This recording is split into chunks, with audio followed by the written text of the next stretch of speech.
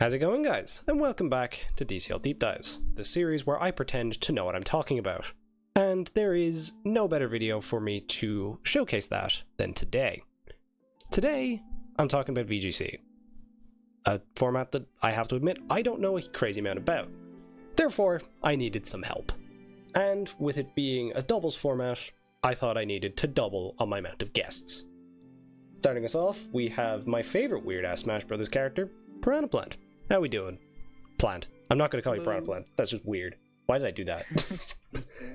Hi, I'm Piranha Plant. I played in DCL I've just done support from the sidelines since. I captained the one seed of Citrus. Yeah. And joining him, we have a champion of DCL last season who popped the absolute hell off and, you know, got those crucial VGC wins when he needed to. Welcome, Lemuro. Yeah, hi. I was in 1 and 2, did pretty bad in 1, and fortunately got carried to victory in 2. Don't say carried. Weren't you a top 2 VGC record? Yeah, bounce back. Fair enough. So, yeah, I guess kind of I'm going to toss it over to you in terms of where you want to start, because obviously there is a lot of people watching this that, like myself, don't have a crazy amount of experience in VGC.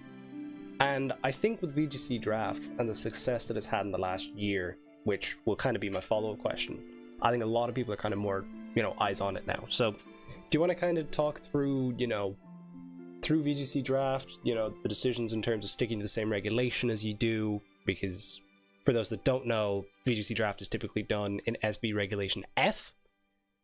A lot of that is to do with not dealing with box arts or other bullshit, but, we'll let them explain themselves. So yeah, floor is yours, just kind of your opening statements, please, sirs. You go first? Oh yeah, I'll start with talking about the regulations. So basically, for those who don't know, VGC basically switches formats every year. Well, it's every 3 months, but the big changes are usually yearly. So usually you start off with the very limited decks, and then the decks expands until you finally have a full national dex where you're able to use every single Pokemon in the tier. And then after that, you go into restricted formats where you're allowed to use box legendaries. So I think you can split so the way SV worked is that we started with no Ruins, and which is Chiyu, Chen-Pao, all those guys, and no Paradox Mons like Fluttermane, Iron Hands, those guys. And then slowly those got added back in. And the format with all of those added back in is Regulation F. And then after that, we had a Regulation G, I believe, where you were allowed one legendary. So you could have like Spectrier and then a team of other non-legendary guys. Sorry, not Spectrier, Calyrex Shadow Rider and a team of non-legendary guys. And now we're in real VGC is in Reg I, which is 2 restricteds, which is Calyrex. So you could have Calyrex Shadow Rider, Zamazenta, and then 4 regular Pokemon. So DCL and basically all serious VGC tournaments are in Regulation F. The reason for it is because it's basically impossible to balance restricted Pokemon. Like, only one person having access to Calyrex Shadow Rider is really broken. It's really dumb. So, and Regulation F is the format with the most mons that aren't restricted. So we've basically been in that format for a solid 2 years now. Yeah, it makes complete sense when you say it like that. Yeah, hit all the major points.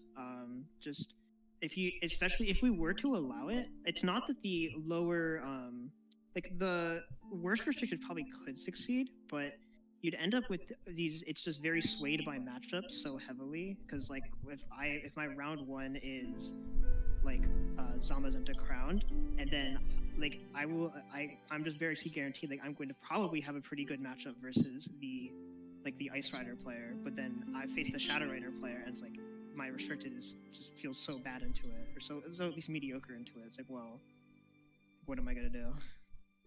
Yeah, and it's very samey too. Fluttermane, there's a lot of things you can do around a Fluttermane, but around, say, a Zamazenta or a Pokemon of that level of power, I think there's kind of a limited level of archetypes you can do. So that kind of takes the fun out of drafting as well.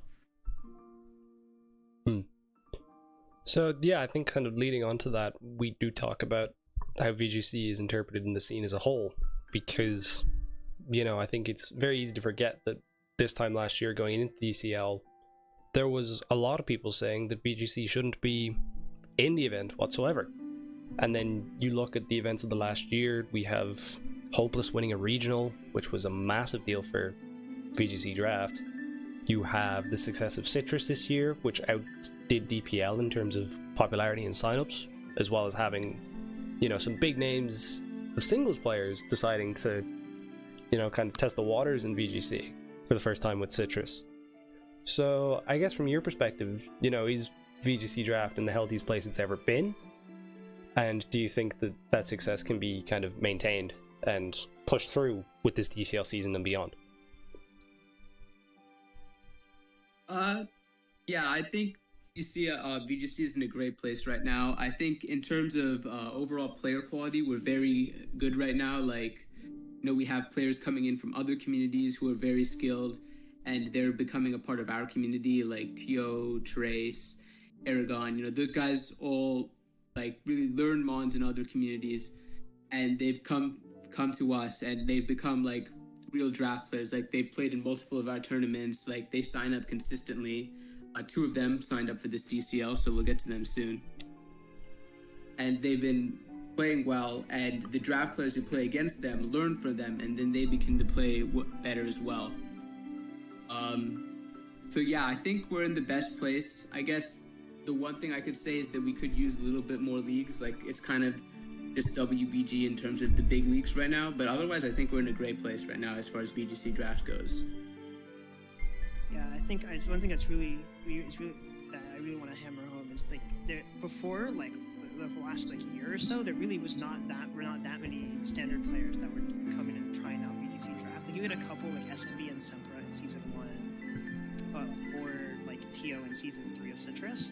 But like, last season of Citrus, it's basically like there was a very, I don't know, I called it essentially player pool power creep, because there were so many much better.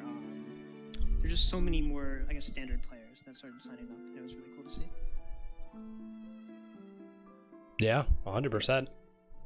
And then, you know, I kind of have I have the tier list up here for the viewers to kind of look at, and I'd say from a singles player's perspective, there's a lot here that people are like, what is this? And I think it does just kind of show, you know, there's such a major difference in the formats. And obviously there is, you know, you're adding an extra 2 Mons on the field, and there's so many more extra dynamics, because you have to think about Protect a hell of a lot more, and you have to think about, you know, Tailwind and Trick Room, and, you know, dynamic speeds and fake tier setups and everything in between. And I think a great place to start is that there's so much, from my understanding, that there's so much like variety in how a round 1 can go, because it's so, what can typically happen in all the other generations is it's like a flowchart of like, oh, this thing's gone, or oh, I have 4th pick, I know I'm going to get this.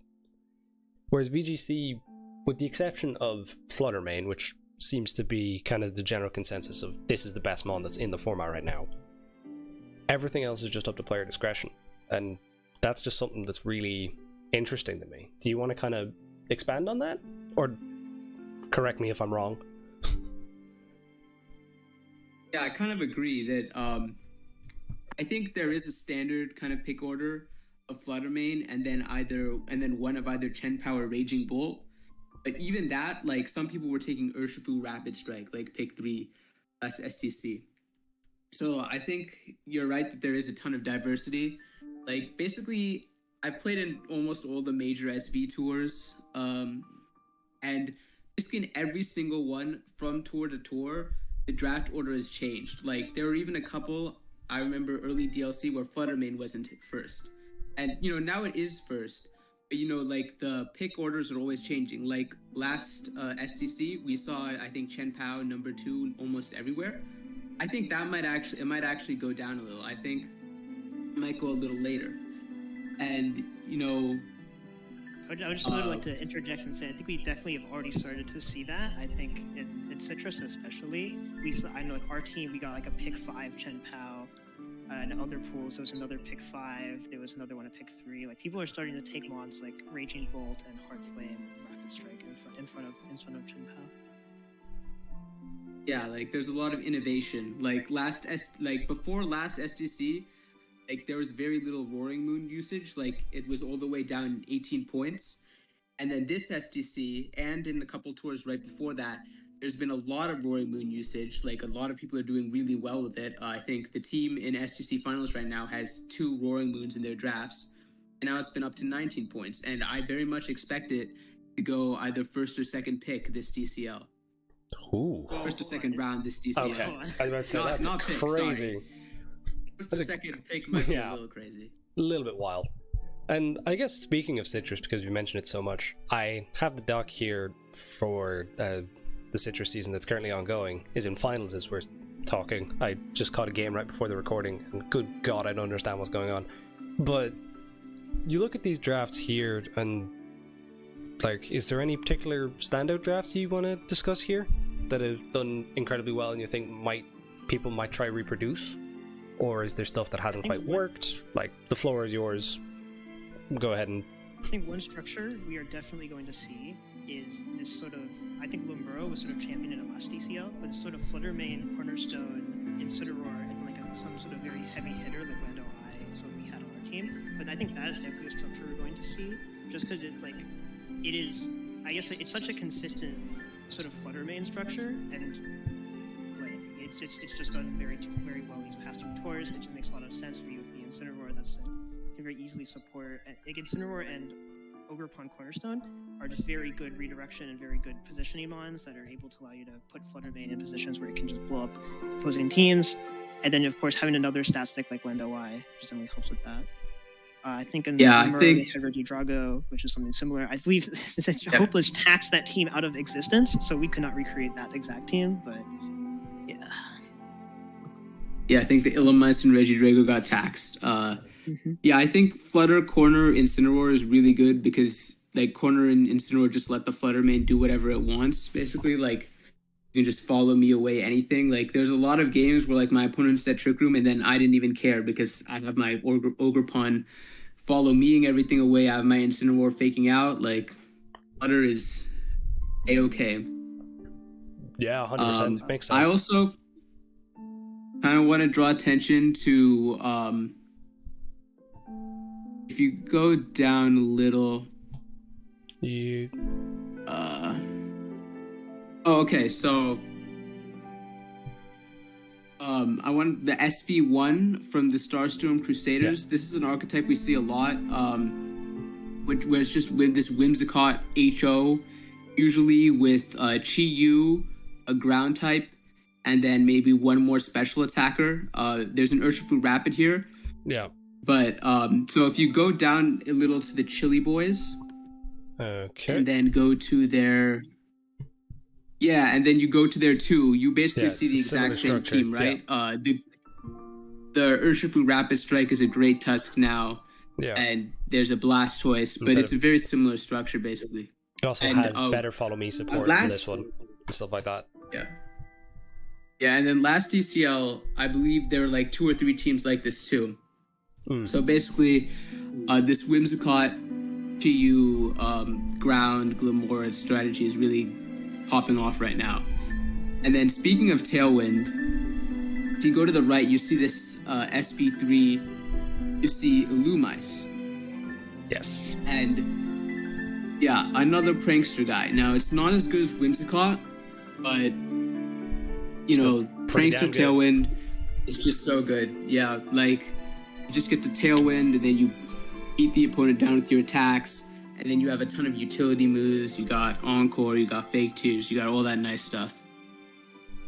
Yeah, like, and so what I want to highlight is just the importance of prankster Tailwind. Like, basically every single team has fast Tailwind, right? So, you know, just right under the Chili Boys, Lunala Dream Eaters, Tornadus, Roaring Moon.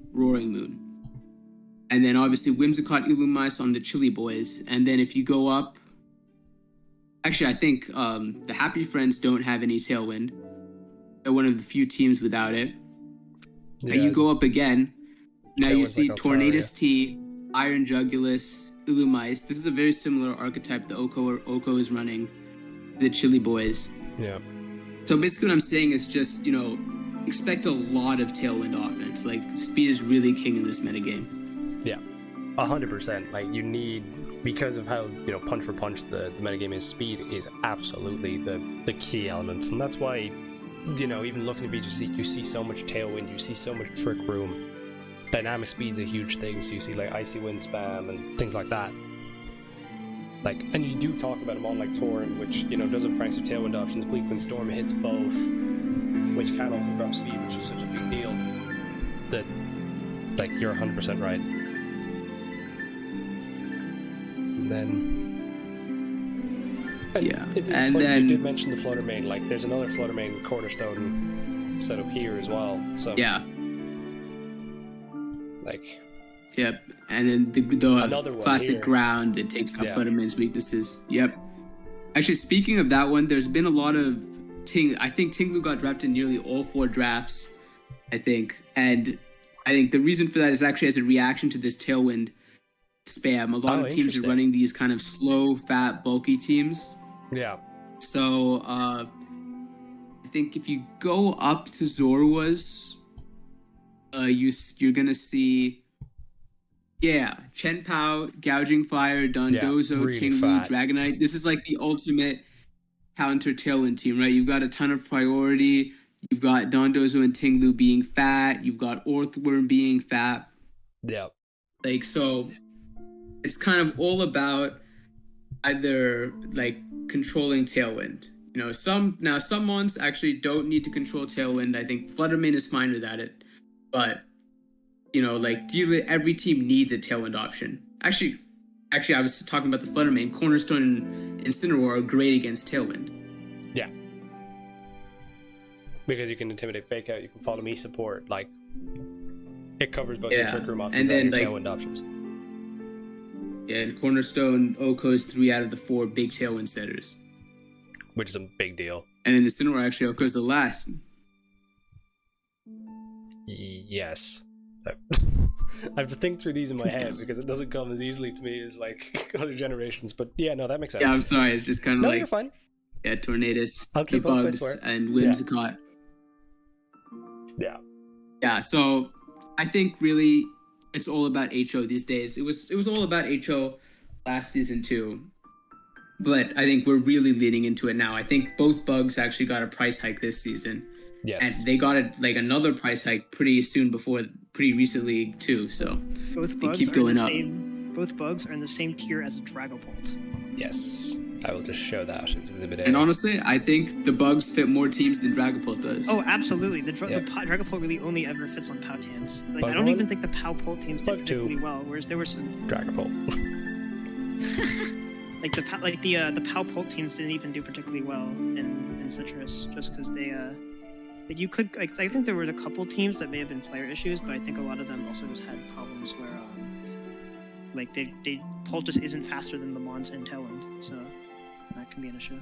Yeah, it is just completely inferior to Fluttermane at the minute. And it is interesting that you say that it is a more kind of offensive metagame now, because I remember looking at DCL 1 and it seemed a lot more bulky offense. You were seeing a lot of like Iron Hands popping off and things like that, so... It's interesting, like, it's the same as every other metagame that's kind of shifting that more HO approach. Whereas you look at SV right now, like SV singles, and that's kind of going to a fatter direction, or you're in the screen spam, whereas here it just kind of seems like you need your dynamic speed control, whether that be your Tailwind, your Trick Room, your fast Icy Wind, pick your poison essentially. We'll go back here to the Iron Hands has actually had a crazy downfall. It used to be that it was getting picked like in the top 3. I remember the first year, the first tour where Raging Bolt was out, it got picked before Raging Bolt in every draft. Ooh. And then it slowly started falling to like the 6th pick, the 7th pick, and now this last DCL, I don't think anyone drafted it round 1. Yeah. And even like the teams that picked it round 2, like, a lot of them aren't doing well. So I would not be surprised to see a lot of Iron Hands actually going undrafted this DCL. Yeah, 100%. But very much be onto something. We did mention there's obviously 3 major changes that you guys, 4 actually, that you mentioned to me before this. One was the bugs, which we've already covered. One was Roaring Moon, which we've also covered. So the other 2 that are kind of major discussion points are Archaludon going up to maximum points, and the 2-point drop for Iron Bundle. So Archaludon obviously makes sense. I think anyone, in terms of what Archaludon does in VGC, you see it on Rain, and a lot of the time paired with something like Mousehold, and you kind of see beat up strats where it's getting stamina boosts and then it's getting electroshock boosts, and it's just a massive problem. So was it kind of those sort of archetypes that led to the decision to move it up, or was it just kind of overall being, a really solid mon? And it's not like because of... I think there was one... Yeah, actually, TJ, can you go to the Lunala Dream Eaters draft page? Sure. Lunala Dream Eaters, yes. Yeah, okay, so you see their SV1. This is basically the only archetype of Archaludon that ever gets drafted. It's Ogerpon Wellspring, Tornadus, Archaludon, and then 5 filler mons that cover the gaps that are left. You do see it with Urshifu Rapid Strike as well, for the Ogerpon. Yes, sometimes it is Urshifu Rapid Strike over the Ogerpon Wellspring. And this team style is extremely successful. I believe Trace went 5-1, 5-2, something incredible with it. Last DCL, it's going positive. This STC, I believe the STC before that, it went positive. And basically, Archaludon has just gone up 1 point every tour because people were like, wow, this team is so broken. Maybe if we increase Archaludon 1 point, it'll be less broken. And then we keep increasing Archaludon and it keeps winning. So Archaludon is a max pointer now. Makes sense. It's interesting that it's not even like the beat up strats. I take it just because in draft it's a lot harder to get off because of well-timed follow me's and things like that. I mean, it's just another Tailwind HO team where you just want to set the ram through Tornadus, you want to Tailwind through Tornadus, you just want to hit them with Archaludon. What worse there to say. With beat up, it's just there's not a lot of good beat up mons. It's basically just Whimsicott and Mousehold. Yeah, and it's kind of hard to fit those guys with Archaludon. The teams that Whimsicott because Whimsicott just one of the few holes in its near flawless moveset is it doesn't get rain dance, so it's very awkward to play. That is a big deal. And then Iron Bundle, Iron Bundle just ties into what we were saying about Tailwind.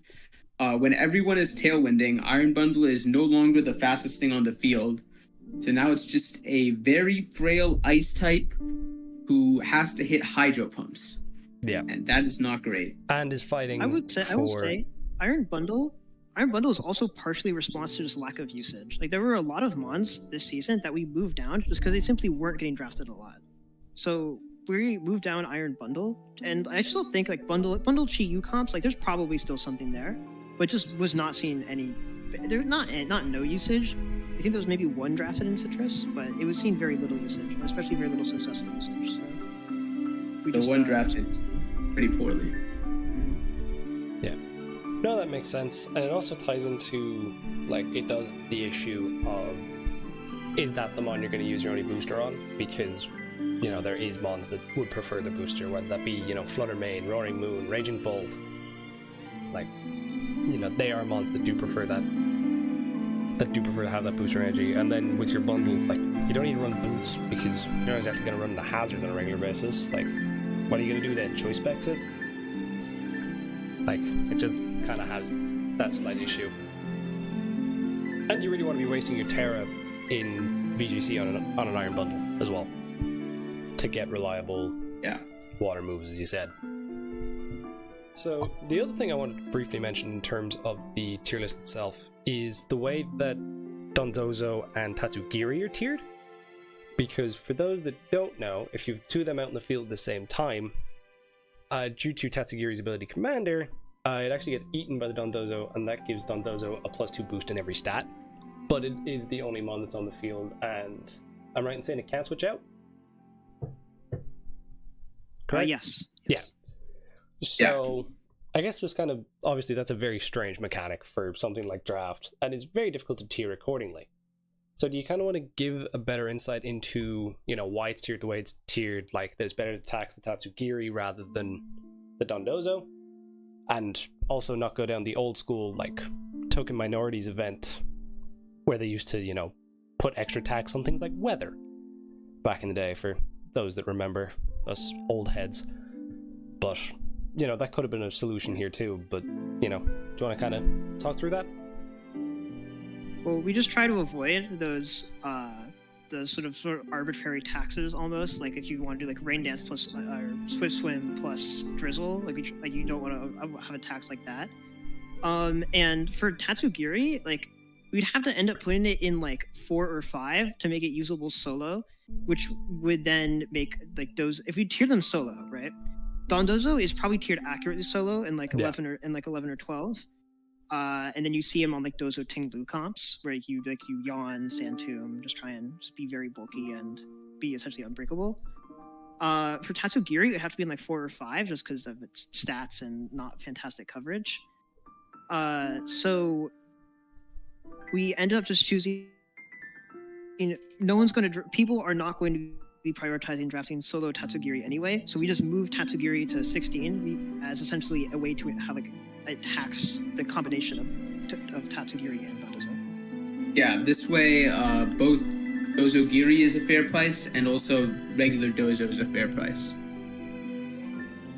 Yeah, that makes sense, because Tatsugiri is far less likely to be the viable mod on its own.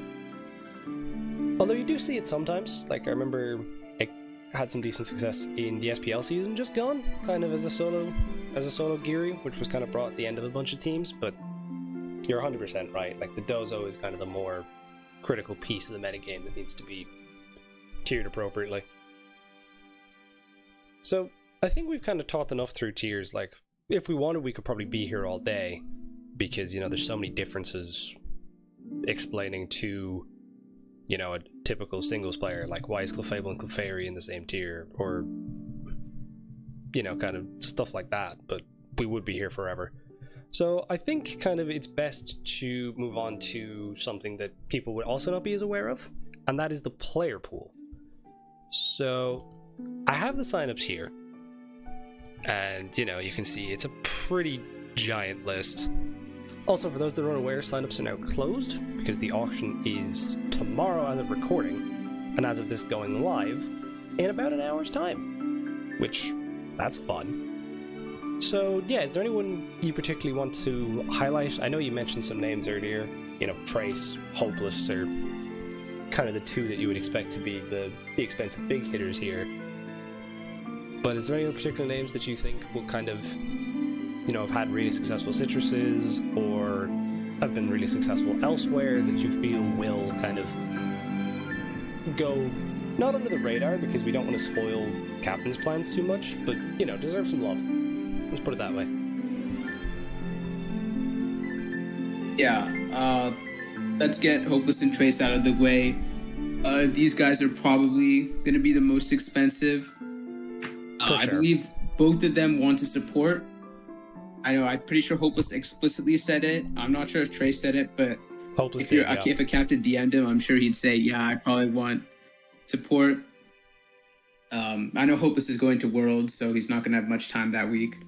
Yeah. Hopeless is also moving into a new apartment right now, so he's... Yeah, he said he was going to be fairly busy. Preoccupied.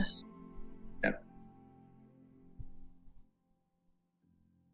I think the next players I would definitely take a look at are like Repeat, Idol, Aragon, and Sven. I think just as players who are all they all have like varying levels of draft experience and are just also incredible extent,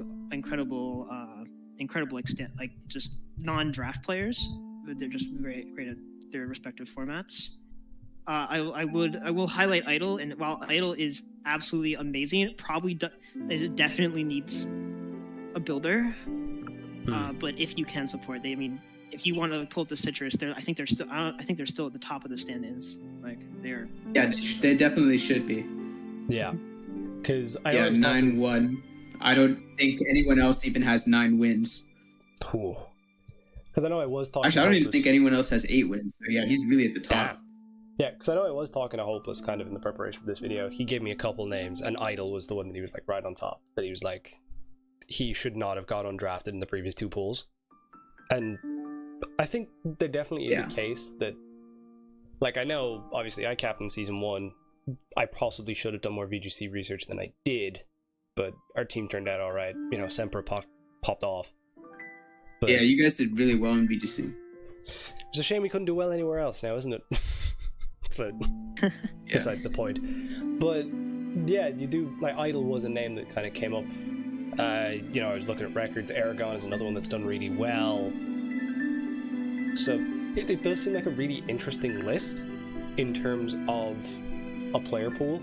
Yes, it might not have some of the names that were, you know, successful last season. The big one being Michael Derbest, which kind of makes sense. And then you've Tio as well.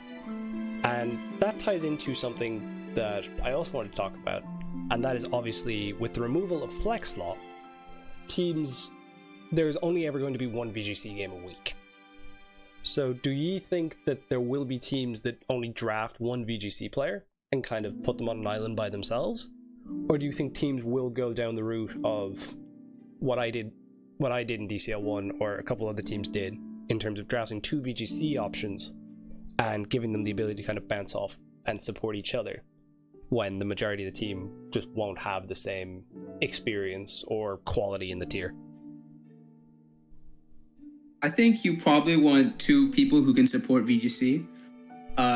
Like, even if you have a really good player who has a lot of experience. Like, I know anecdotally, a lot of players who got drafted to solo VGC in, say, DCL 1 or certain seasons of PWS, like, we have really had a miserable time. Like Hopeless, who is like the one person who you would think is most equipped to deal with that, kind of really did not enjoy being solo VGC DCL 1. And I think if Hopeless has a problem with that, basically most other people should have a problem with that. Also, a lot of the people who sign best players in the pool are non-mainers, so them especially need support. Yeah. And obviously there's ways to work around it, because you do have, like, the main two that come to mind are guys like Cookie and Jesse, who can, you know, have a plethora of VGC experience, but can also pivot into other tiers. Usum in Cookie's case, and SV. Yeah, Cookie is the VGC support, won DCL last year. Yeah, exactly. And then Jesse and SV as well, obviously. And you obviously, I think what will happen is the captains have a better understanding of VGC going into this season. And I think that helps when you have guys like Panda, guys like K-Crick, guys like Zing having taken part in Citrus this season. And I wonder how much of a dynamic shift that's going to have, because captains now feel like, oh, maybe this metagame isn't so alien to me now. And will they kind of take risks accordingly? Slot starting doubles. So ready. Yeah, I might have to dip my toes in it myself at some point. We'll see. But yeah, like, it's honestly pretty impressive that like you do look at VGC here. Yes, it does have the least amount of signups, but I'm pretty sure it also had the ones where it was the most people signed up for VGC only, which I think makes sense. But I mean, yeah, it is just a different. It is just a different format than singles is. Yeah, makes sense. And then to me. We go to tiers not played here, and holy shit, that's almost 200 people that have said no thanks to VGC. Which does include me, not because I don't like it, because I'd be bad at it. Like, no team should... I'm just saying,